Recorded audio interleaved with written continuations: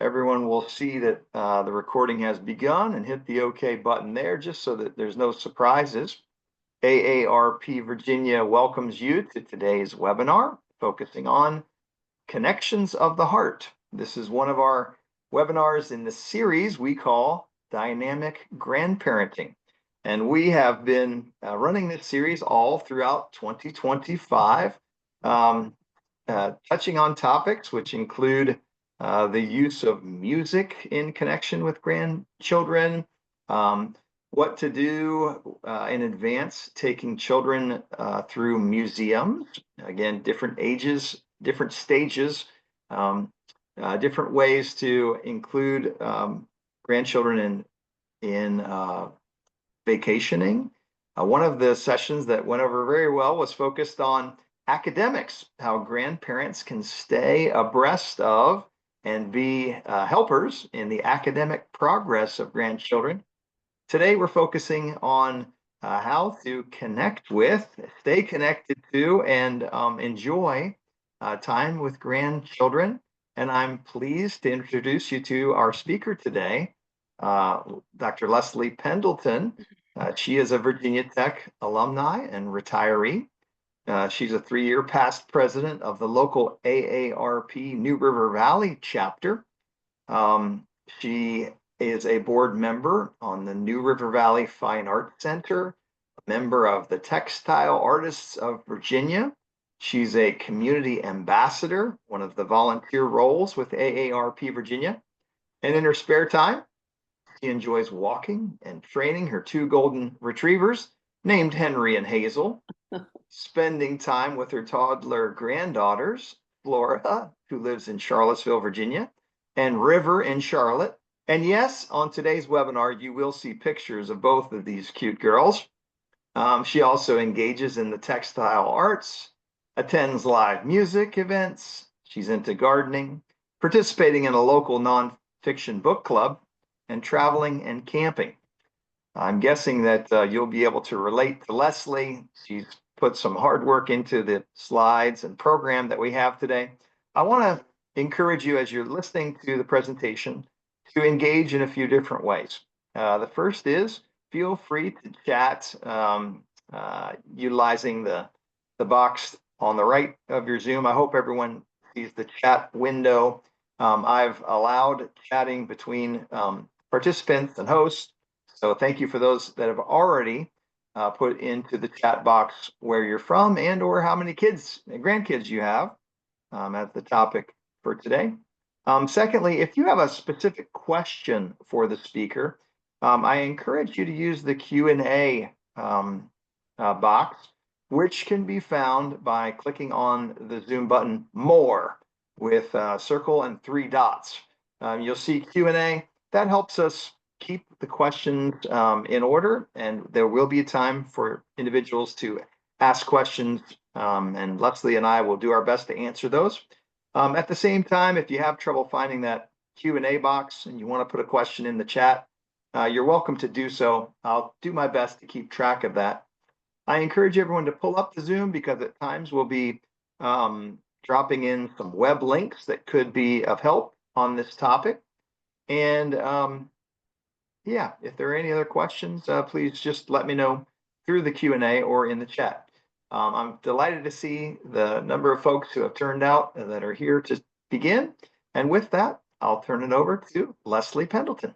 Okay. Thank you, Brian. Hello, everyone. You know, I can't see any of you, but I know you're out there. And congratulations to all of you who are grandparents, especially those of you who are new grandparents. I will tell you that this time 2 years ago, when my daughter was pregnant, I was a basket case. And I worried and worried about how things were going to go for her. And finally, my granddaughter arrived and everything was wonderful. So why are grandparents important in the lives of their grandchildren? I've got 4 different ways, and you maybe can think of other ways. The examples they set, the family history and life experiences they share, the love and support they give, and finally, the legacy they leave. And because I am representing AARP, I would say that grandparents provide an avenue for conversations with grandchildren about aging. And you know, I think back, I was fortunate to have four grandparents until I was 26, I think. I lost my last one. Um, but you know, we didn't really talk about aging. We didn't talk about medical conditions. And how many times have you been asked at the doctor's office about your family medical history, and maybe you can't share because you didn't have those conversations? Also, I think families provide an avenue for discussions about respect for the aging and the elderly. And I certainly would like to see more of that in our society. Okay, let's see. Now, I want to talk just briefly about different grandparenting styles. There's the formal style, the fun seeker. Most grandparents today think about or have a goal of being a fun grandparent. The surrogate grandparent is, or the surrogate parent is the grandparent who has primary responsibility for care of their grandchildren. The grandparent who's a reservoir of wisdom. I think those of us who are grandparents know that we have a lot of wisdom. We don't always share it. And then the distant figure. And I will say that probably I would put most of my grandparents in the distant figure category. And I think grandparents have become more involved over time, and I think that's a good thing. So here's your question, and you can put your answers in the chat if you want to. Think back to your own grandparents and the relationships you had with them, and what is it about those relationships that has contributed to your own grandparenting style today? So I'll give you a few seconds to put some answers in, and Brian will share some of those.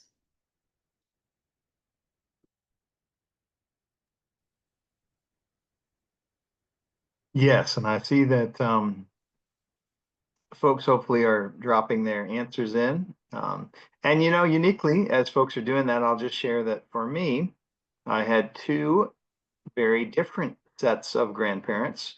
One set lived very close to my home growing up, and the other was 12 hours away, the other set. And so my experience with one set of grandparents was very different than, you know, my father's side of the family versus my mother's side. They had commonalities, but I spent most of my summers with my father's parents on the farm, and so I learned a great deal from that side. Whereas driving to Pennsylvania to be with my mother's parents was very, very different, and it usually was in the context of a huge family gathering around Christmas or Thanksgiving or something. So I have special time and good memories with both, but very different. All right, so let me show you share with you what I'm seeing up here. I had a reservoir of wisdom. Grandmother would play games for hours. Another person said, my grandparents gave me wisdom. One modeled faith. Grandmother was a selfless rock who was always there for me. Both wisdom and empathy. Hey, here's one that I think many of you might relate to, or maybe are even attempting to live out, which is my grandparent made me feel really special. I bet you that Leslie will talk a little more about ways to make that, put that into practice. Here's another great point that's not on the slide, but made me feel safe. Another person said I had two sets that showed me the importance of family gatherings, especially during holidays, memories of baking and playing cards. And then again, let's recognize that some, as this person put forward, I didn't have much interaction with my father's parents, but we visited my maternal grandparents several times a year. I learned patience above all. So I think that's, again, quite an array of different life experiences. Yeah, those are great. Thank you for sharing. Yep. Okay, look at this young man. Does he look like a grandparent? I recognize that guy. He has the same haircut I do. All right, Leslie. This is Brian and his granddaughter Rebecca, who, if I'm not mistaken, she's 14 months old now. That's right. And as he mentioned, he has another one on the way. Congratulations. So we're going to talk a little bit about the critical first 3 years. One of the things that we do as ambassadors and members of the AARP Virginia Speakers Bureau, we talk about the importance of brain health in the lives of seniors. Well, the importance of brain health goes all the way back to infancy. So we'll talk a little bit about that. A little bit about child development theories and modern day approaches to parenting. Brian mentioned that there have been sessions on how parents can be helpful in the way of academics, or grandparents can be helpful, and I think that's very important. Beginning, for example, with reading very early on is really critical. The golden rule of grandparenting, we'll talk about that. A few relevant statistics which will take us into the next two topics, the importance of getting on the same page with the parents and strategies for connections of the heart. And then Brian will talk a little bit about the AARP Fraud Watch Network, in particular grandparent scams, and then we'll leave you with some resources. Okay. So this was me with Flora the day she came home from the hospital, and she looked so tiny. But guess what? She was 9 pounds. You'd never know it by looking at her. Um, let's see if I can. So I'm going to see if I can close this box. Oops. So the importance of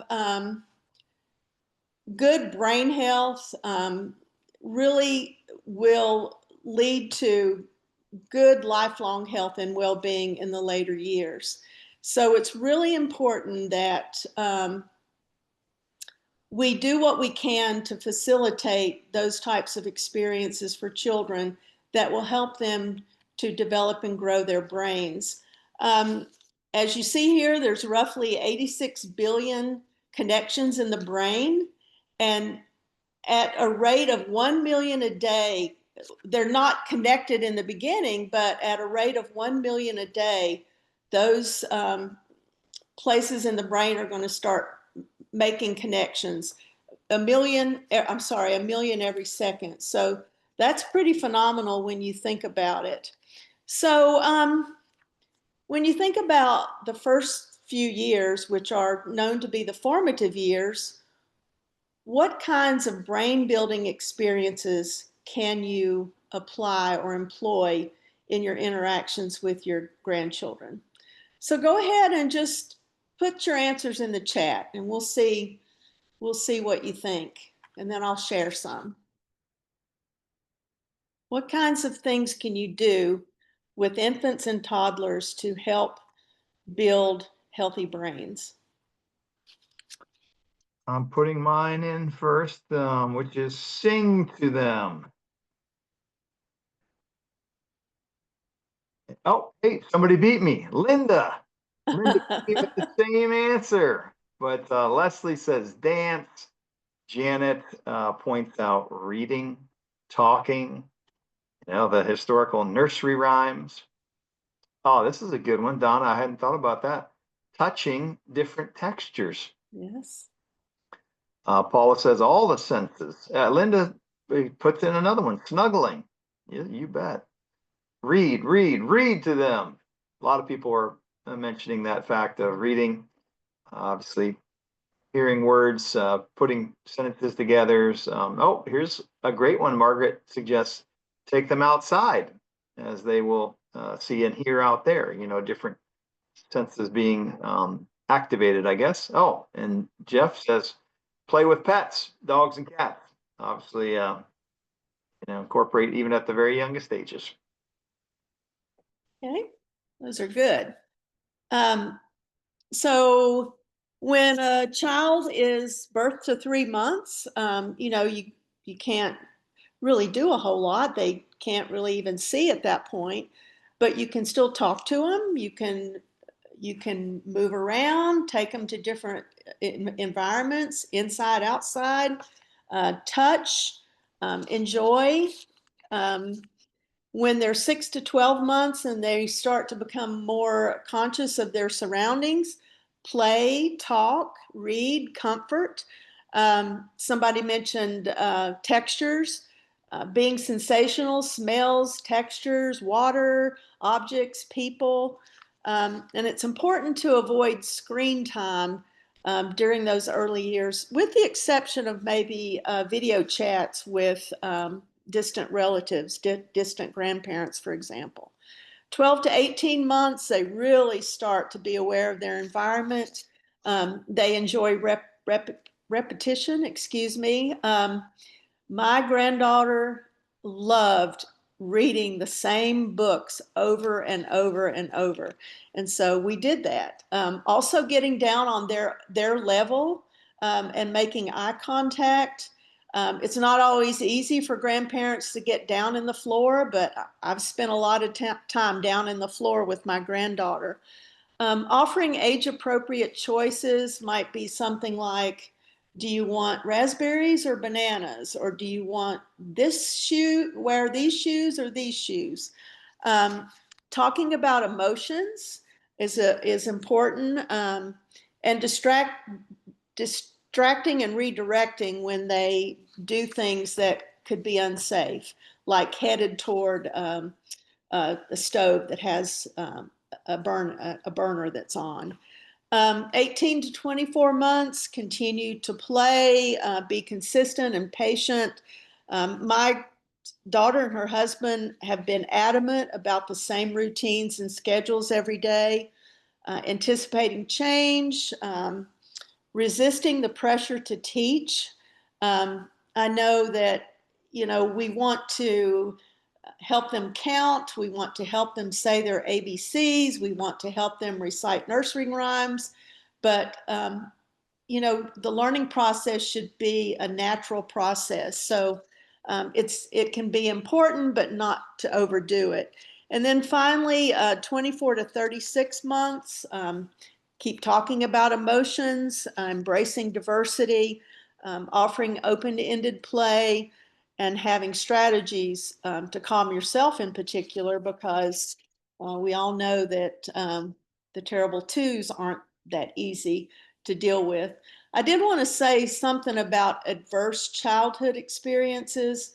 What it means is it can get under your skin. It means that it can affect your physical, emotional, mental health throughout your lifetime, throughout a child's lifetime, if they have adverse childhood experiences. And unfortunately, that happens quite a bit in our society. And I don't want to dwell on it in this particular presentation, but children who are in situations where there are addictions to drugs, alcoholism, neglect, horrible abuse, things like that. Those things can affect a child for the rest of his or her life. And Leslie, thank you for bringing that up. I do have another um, term that came in the question and answer box in reference to formal. You mentioned that some grandparents might fall in the category of what would be considered formal. And one of the participants asked, could you give an example or explain what you mean by formal? What would that look like? Again, as we think about our grandparents, or as we consider the type of approach we're taking with our own grandchildren. I think formal, I would say it's not necessarily a terribly bad thing, but it could be the the grandparent whose interactions I would say are less warm and maybe colder, maybe stricter, maybe it's hard for them to engage at a level that the child enjoys. In other words, think about it as distinct from fun. You know, a formal grandparent is probably not going to get down on the floor and play. They're not going to dance, things like that. So when I think of my own grandparents, they were more on the formal side. And, you know, I've seen a lot of changes over time that more and more grandparents are out of that mold. Sometimes it has to do with privilege, and I don't want to stereotype, but in the case of people who've grown up with a lot of privilege and they've had a lot of expectations with regard to when we have dinner, we're going to put on our formal dress. You know, it could be something like that as well. That Um, makes good sense. No, I appreciate yeah, you kind of yeah, outlining that and giving a fuller sense. Thank you. yeah.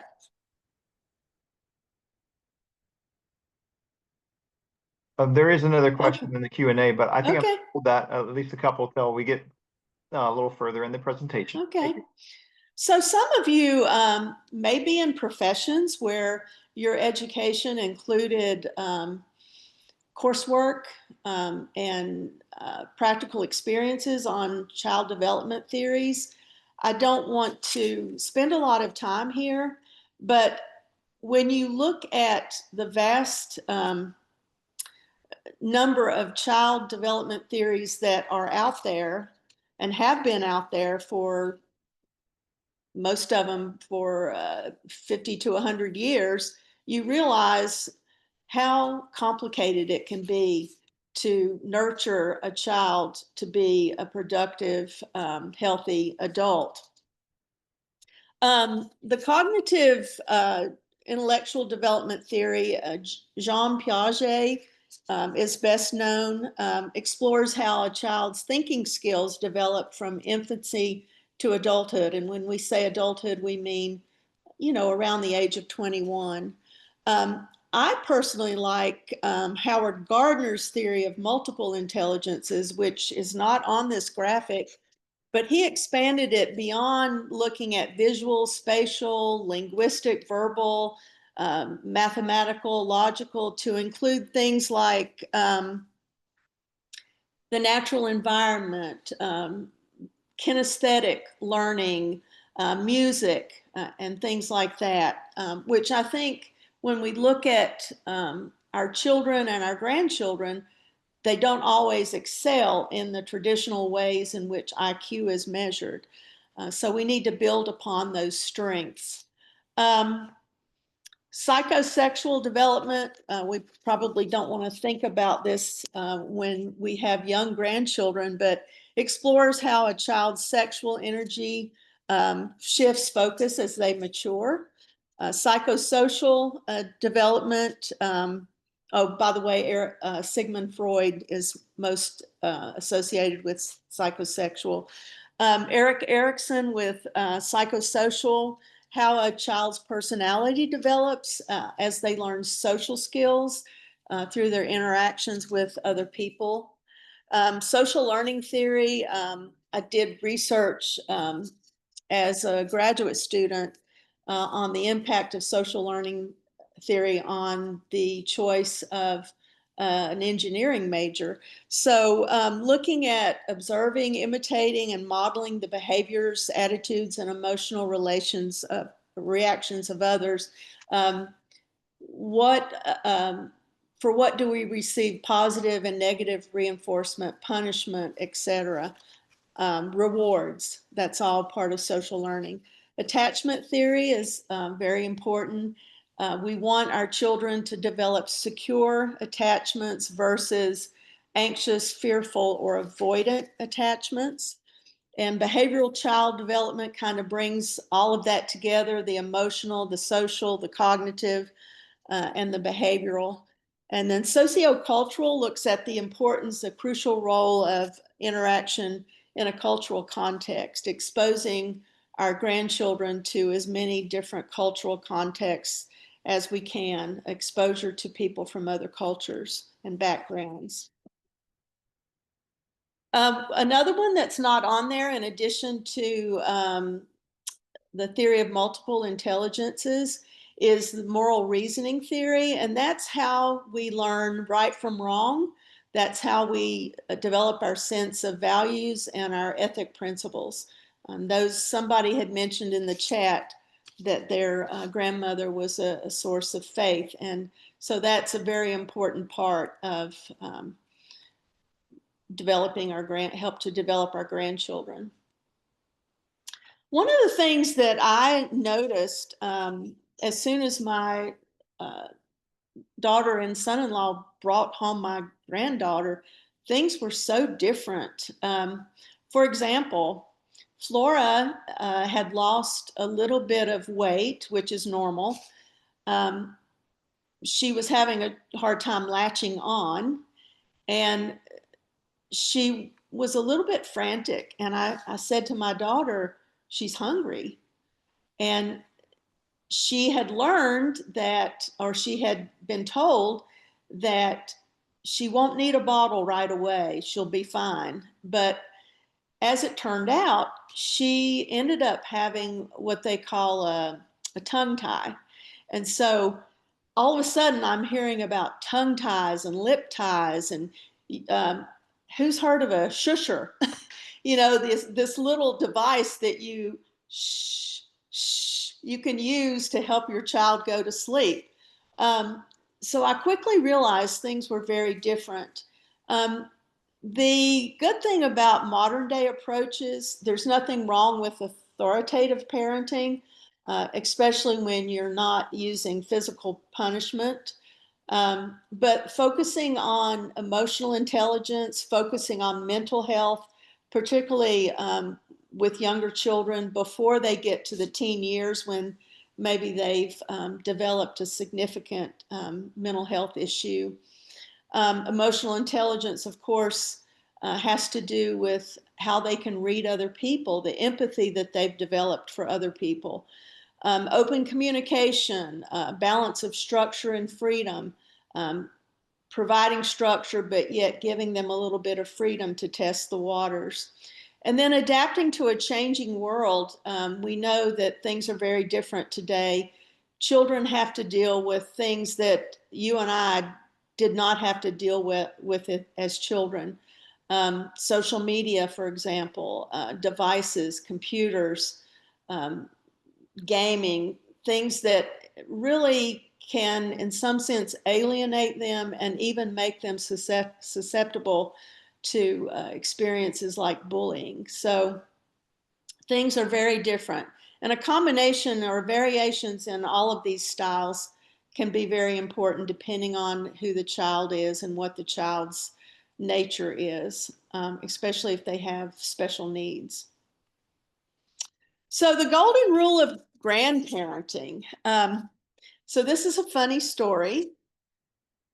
When we had my daughter and son-in-law had a baby shower, like most people do, and the other grandmother-to-be was there. And so my daughter had already asked me if I would be there to take care of the dog while they were in the hospital, and then I would be there to help with the baby the first couple of days. So I was thrilled that she asked me to do that. So the other grandmother, her name is Margie, and I said to Margie, she lives in Maryland, would you like to come down and hang out with me, and we can be nervous together and hang out together, and we can both be there when they come home? And her response was, well, it's not my baby. And I was a little taken aback by that. Of course, she already had two grandsons, so she'd been through this. But I think I quickly learned what she meant by that comment. And that's what leads to this golden rule of grandparenting. Grandparents provide unconditional love and emotional support to their grandchildren, but they don't interfere with the rules and family dynamics established by the grandchild's parents. So the grandparents don't make the rules. Their adult child and child spouse partner, the grandchild's parents make the rules. So things you don't want to do, you you don't want to not follow those rules. You don't want to show up unexpectedly. And I know how long I can be there so that I don't overstay my welcome. When the children get older, grandchildren get older, and maybe they're old enough to stay overnight, or maybe for more than one night, a weekend, whatever, don't ghost the parents. When you're caring for the grandchildren, you want to make sure you stay in touch so they don't worry. You want to have boundaries, which is important for you and them. You want to respect their boundaries, and you want them to expect your boundaries. I can say that I really enjoy my granddaughter, but I don't know that I would want her full time. It's a lot of work for somebody who's my age. So the last thing I would say is you don't want to sacrifice your own health to play with the grandchildren, because parents are putting on, most parents, not all parents, but a lot of parents today are putting off having their grandchildren and having their children until their 30s. For example, my daughter was 35, her husband was 37. My daughter-in-law was 42, if you can believe that, when she had her first and only granddaughter. So what that means is that grandparents are older now when they have their first grandchildren. And so when you have your own health considerations, you don't want to jeopardize your health by, engaging in a way that could be unhealthy. The other thing I want to mention is when your children have children, more family members enter the fold. So those in-law relationships can be challenging at times. It's easy to get your feelings hurt. It's hard to share at times. And when you're a blended family and you have, instead of two sets of families, maybe you have three or four sets of families, it can get even more challenging. Okay, so got some statistics for you. The first set of statistics, 7.1 million US grandparents have grandchildren under 18 living with them. 2.3 million of those are responsible, have major responsibility for the care of their grandchildren. And of those 2.3 million, 33% of the grandchildren are under age 6. And again, that harkens back to some of the adverse childhood and family experiences that are out there today. In Virginia, I remember some years ago, I heard a statistic that 60,000 grandparents had responsibility for the care of their grandchildren, either as guardians or primary caregivers, maybe through adoption, permanent or temporary. That figure is now 68,000.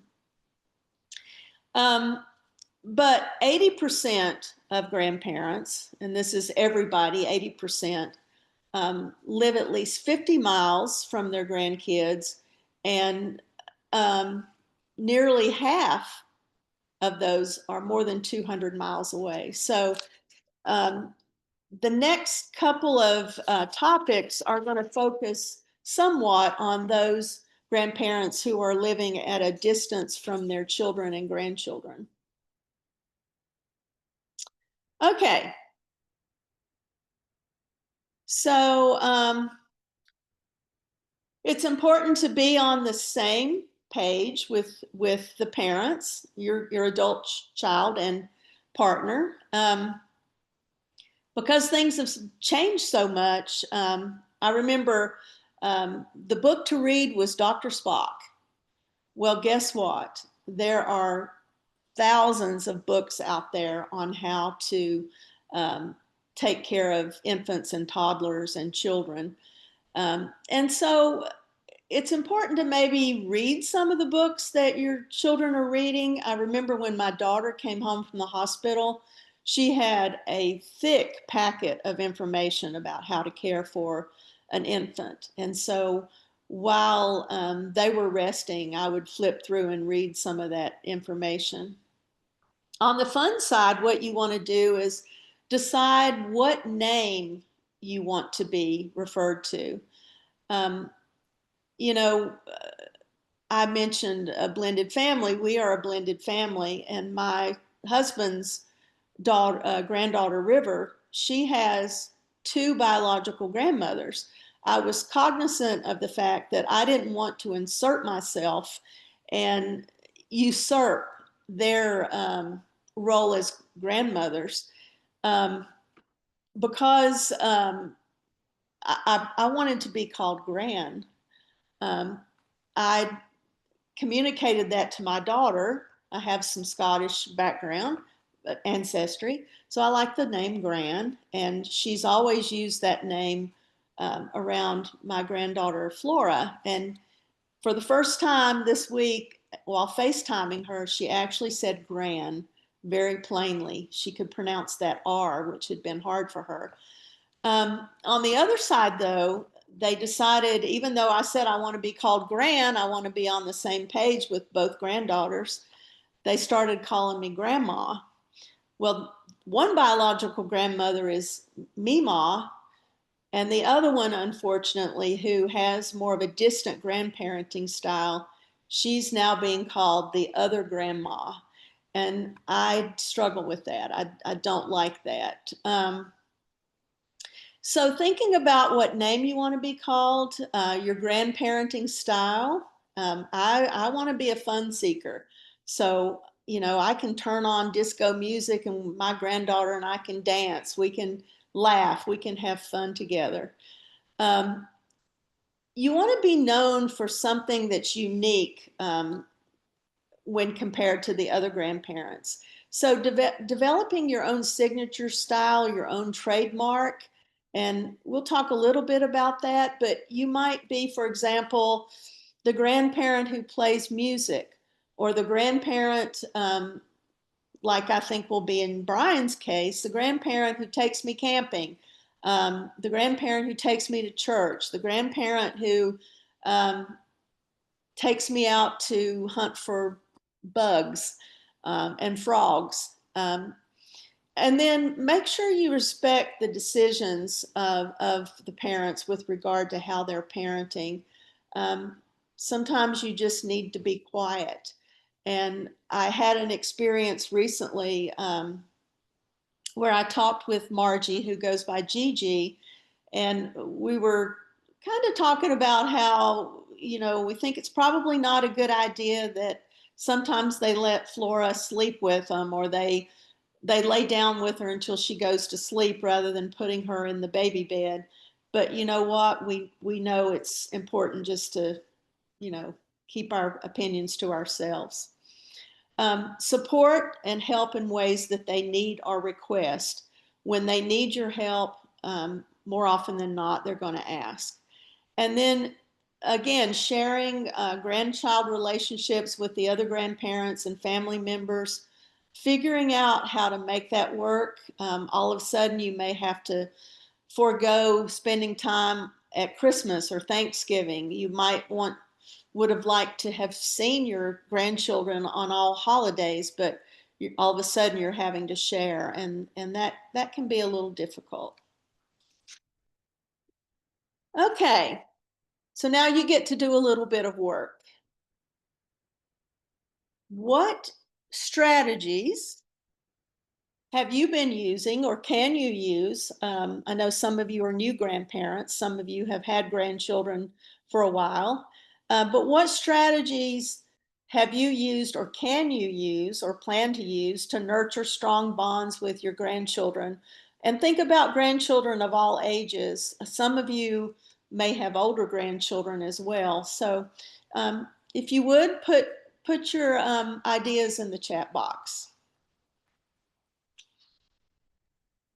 All right, now I'm reviewing some of these as I think about ways that my wife and I are attempting to nurture strong bonds with little Rebecca. First of all, we are following the guidelines that you've suggested, which is recognizing the proper boundaries and jurisdictions, working alongside of our son and granddaughter who we love. Let me read what Linda put into the chat saying, I've learned to go through the parents. They have valuable input regarding each individual child. So I think that's super smart. Mm-hmm. The idea of, getting some information from parents of what kind of things are they into? What do they, what even makes them nervous, or they don't like heights? You don't want to take your kids on adventurous rock climbing if that's not something that the parents, hey, listen, that's not something that they would enjoy. Here's some answers. Talk about what we are observing in the world as we go through it. Great idea. My 15-year-old granddaughter and I share results every day from connections, strands, and Wordle. She beats me most days. Most days. I think a little healthy competition, it sounds like. Again, you mentioned around pets. Sometimes it's harder to relate to teenage boys. One of the grandmothers points out. Art classes, bowling. Yeah, experiences. Okay, that's an interesting Yeah. one. Linda said, instead of focusing on buying stuff, I'm adding to, kind of going behind the statement made here, but tend to invest in experiences together. What a great idea. Yeah. Listen, your thoughts?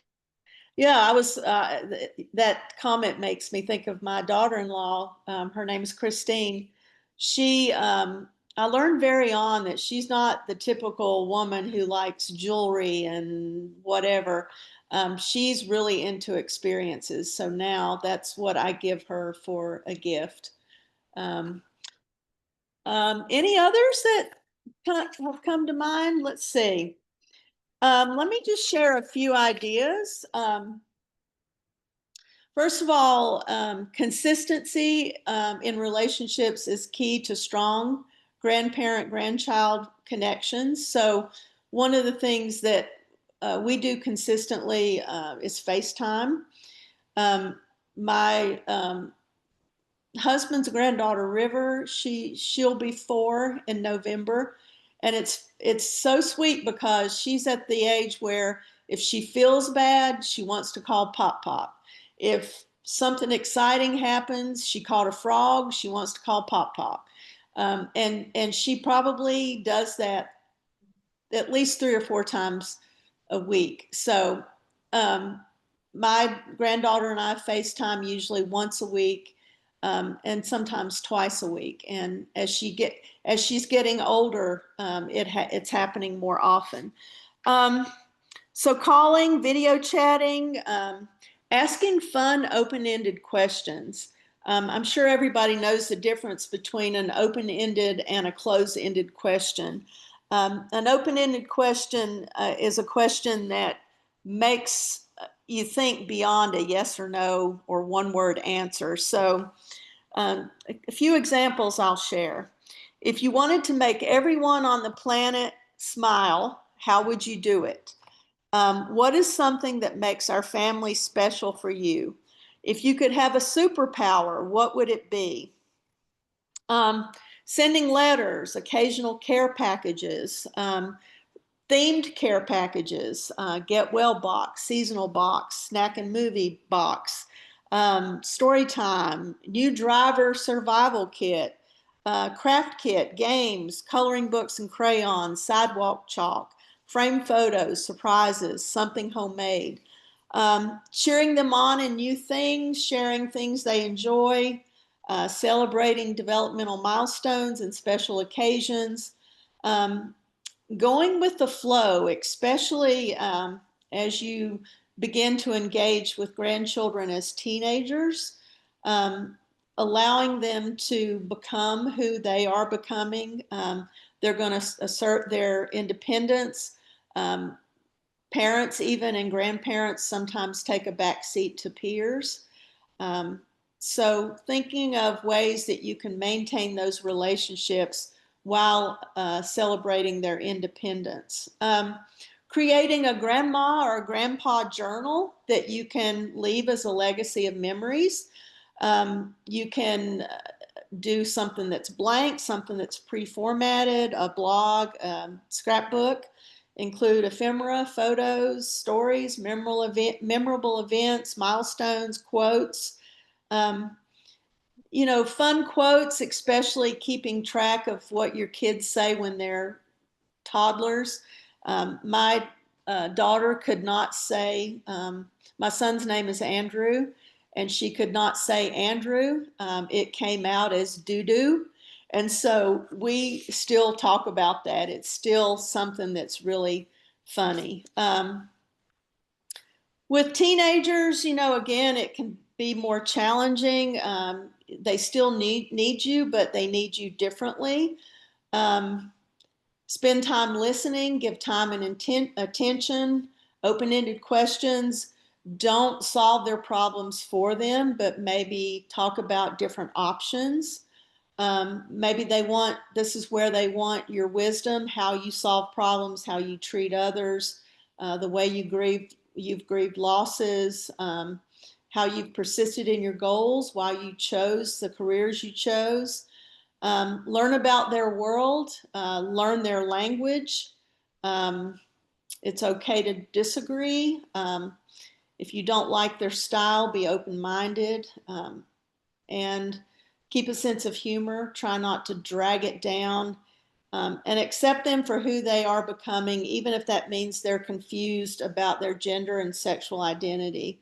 And that could be a whole nother topic on grandparenting for sure. Okay.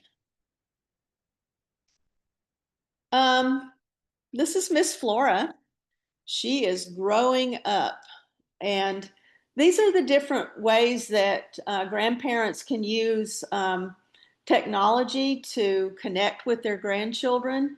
I'm a big fan of FaceTiming at this point. Um, as she gets older, maybe we'll talk on the phone. Maybe we'll email. I don't know. Um, Unfortunately, only about 44% of grandparents are confident with technology or feel that they're tech savvy. Um, Young children know a lot about technology. Sometimes you can ask your grandchildren to help you with technology. They can set you up with ways that you can communicate with each other. Some of the popular apps, WhatsApp, Facebook Messenger, FaceTime, Signal. Um, be careful about sharing information on social media about your grandchildren. My daughter and son-in-law will not permit me to post photos or any information on Facebook or Instagram about Flora. Um, and they don't do it either. On the other hand, River's parents, they're very open. But putting personal information about your grandchildren, for example, my grandson's headed to Myrtle Beach this weekend, could lead you to being a victim of a grandparent scam. And Brian's going to talk about that in just a minute. When you're present with your grandchildren, it's important to engage in meaningful ways that minimize time spent on screens and devices and in front of TV. So, learning how to balance the use of technology with all the other ways that you can be engaged. And I'm certainly a big fan of being out in nature, and many of you are as well, I'm sure. All right, with that, I'll turn it over to Brian. Great. Well, thank you, Leslie. And I hope that everybody noticed that on the last slide, your face was at the bottom of that picture with your granddaughter so Yeah. beautiful at the top. Uh, Thanks for again, pointing out you're actively engaged in these things and continuing to learn. I appreciate the humble approach that you've taken.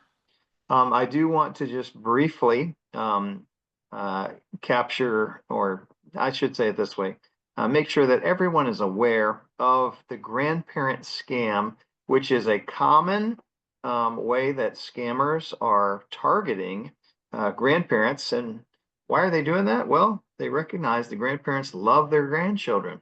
And so they're exploiting that for nefarious purposes.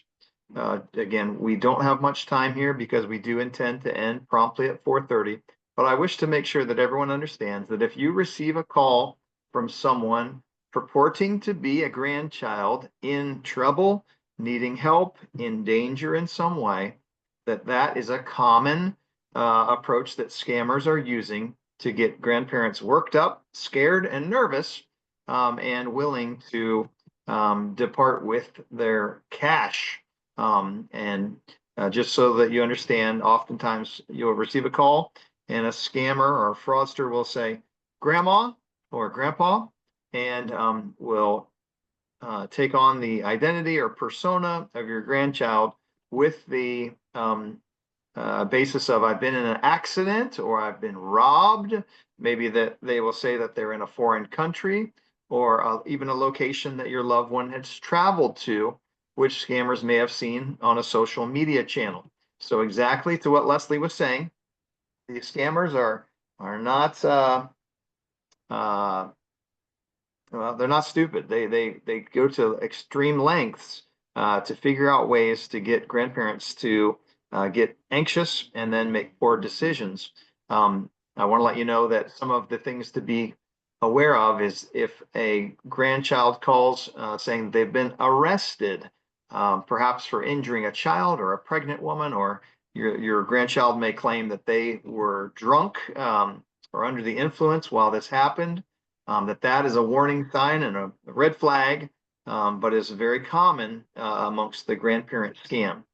One of the just a few other components to the grandparent scam that we should be aware of is that if it's constant phone contact, meaning the scammer purporting to be your grandchild insists on staying on the phone while you get money, or to keep you busy on the phone with a quick succession of calls from a police officer, a lawyer, court staff. These are all imposters playing these different roles. That is something that you should recognize as a problem and a red flag immediately.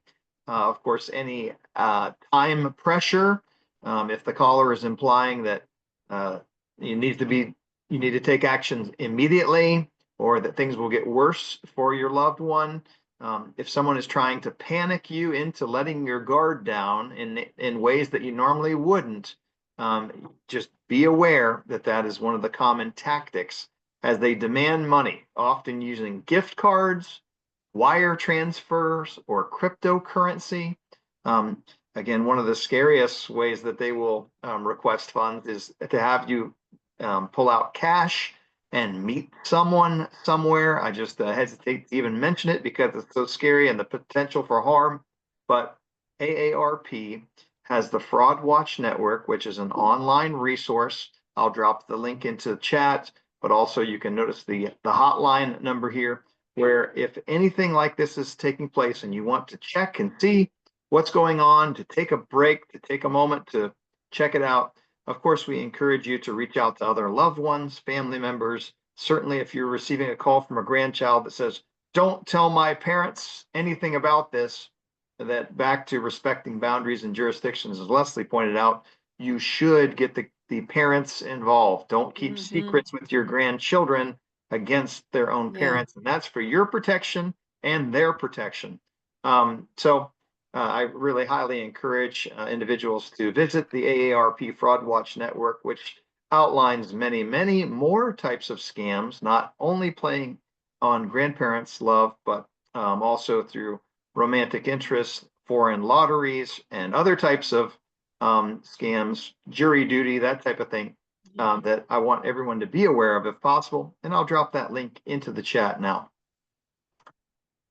Leslie, one of the questions that I'd like to pose to you from the Q&A as we're wrapping up from Mary asks, how do you compete with Minecraft? Roblox, Oh Fortnite, all the gosh. video games. I have one grandchild that no longer wants to do crafts or read or converse. They just want to watch YouTube or play games. Yeah. You know, those those games and those environments can become addictive, unfortunately.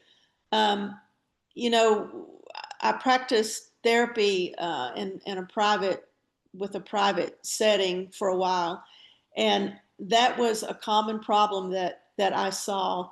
And kids, so I would encourage parents to set limits, and some of them were grandparents who had caregiving responsibility, but I would encourage them to set limits. You've got to do that really early.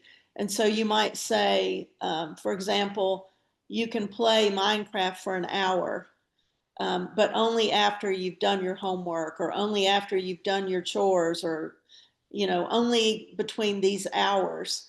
What I was seeing more and more were kids who would freak out when their parents and grandparents would take their devices. I encouraged parents and grandparents, put the devices up.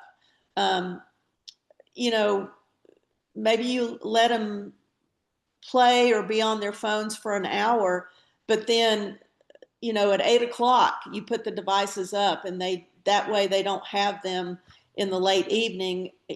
Kids who were staying up till 2 or 3 in the morning because the parents weren't setting limits. So it's a real challenge. I empathize with that challenge, and I certainly think that it's important to try to circumvent too much time on those games. Thank you, Leslie.